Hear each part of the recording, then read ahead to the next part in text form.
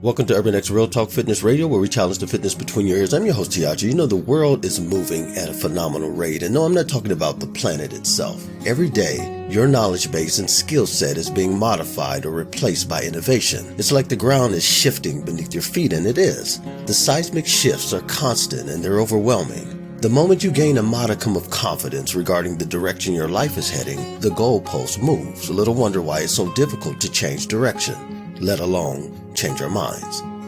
But change is formidable. It's hard. To many, it's scary. Trust me, I get it. Look, I've been a life coach and master trainer for decades, and I can assure you that the only mountain standing in the way of every client's results was the mountain called change. So what about effort or desire? Well, every client brought effort or desire to the table. Did they bring max effort or desire? Of course not. That's what they hired a trainer or a coach for to begin with. Either running from their fear of change or confronting it head on was the only difference, however, between them achieving success or failure.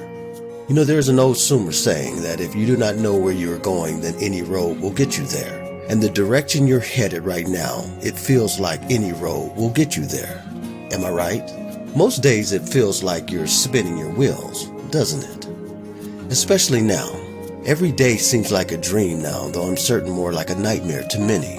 Every day seems like Groundhog's Day, like deja vu. After all, how many movies can you watch or shows can you binge on? How many times can you redecorate or clean your house? Lowe's and Home Depot's parking lots are over brimming with DIY hopefuls. Why? Because you no longer feel as if you have anything to do. You feel isolated, disconnected, irrelevant. But why? What changed? The world may have changed and you may have changed with it, but is that the direction you intended to go? Have you adapted to the changes or adopted them as your own? Now don't get me wrong, I'm not here to critique either choice, but one thing I do know, you can either choose to be dependent and move with the crowd or independent and move in a different direction. After all, the landscape has changed. Now none of us ever thought the entire society, indeed the world, would shut down. Nevertheless, that doesn't give you an excuse to shut your dreams down, or desires, or to lower your hope meter. One of the lessons we should have learned before COVID-19 is that when change comes, we cannot afford to choose bitterness over the choice of getting better. We cannot afford to become distrustful and apathetic towards one another because we think that person or persons might either have the virus or that they might be asymptomatic carriers of it. Are we losing our compassion for those less fortunate or for the sick? Sure, the future seems uncertain, but even an indefinite future leaves you and me with choices. Look, the public is frightened, and yet the media doesn't communicate how many people have not been infected. But I want you to understand this, that every cell in your body is talking to many other cells via direct genetic messaging, and you need to be a part of that conversation. Going forward, your choices will either lead you to helpful or harmful conclusions. Now, ironically, our cells naturally make the right choices each and every moment. So how can we do the same?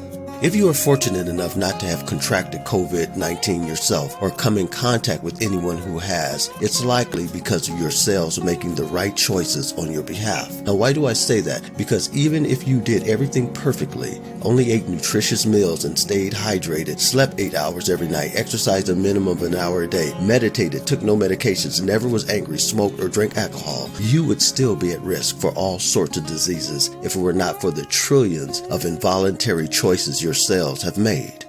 Face it, we live in a polluted world, but thankfully, we still have choices. In every case, our choices are like untapped energy which stands at the junction between the visible and the invisible world. Have you ever seen yourself do something like complete a task before you actually did it? That's what I'm referring to. So let me ask you, if you want a better life, what do you need to change first? Your environment or your mind? But the miracle of choice goes even deeper. Your choices come with your energy initials, which is to say, whatever you choose to release into the world is always a reflection of you, your entire personage on earth. So, what have you signed off on? See, you have the power within to bring forth any quality you desire. But bear in mind, disturbance can be turned into peace, sadness into happiness, apathy into compassion and love. Now, of course, the reverse is true as well. Modern medicine may learn everything there is to know about viruses like COVID-19, but will that in itself make the world more hospitable? Everyday experience tells us that's implausible. But why? Because you and me dealing with our own energy, which inspires our choices, is the only way to change that. Only when we choose to deal with the distorted energy pattern of hatred and bigotry and all the other isms will things return to normal. Only then will the normal pattern of feeling loved and wanted and secure return. And its return will be automatic, because that is what naturally occurs in the earth when we allow self-talk to be healthy. That is when we no longer see ourselves as the potentially sick patient, but rather as the healer. Dear friends, I wish above all things that you prosper just as your soul prospers. You've been listening to Urban X Real Talk Fitness Radio with your host Tiaja. Until next week, as always, walk in health and peace.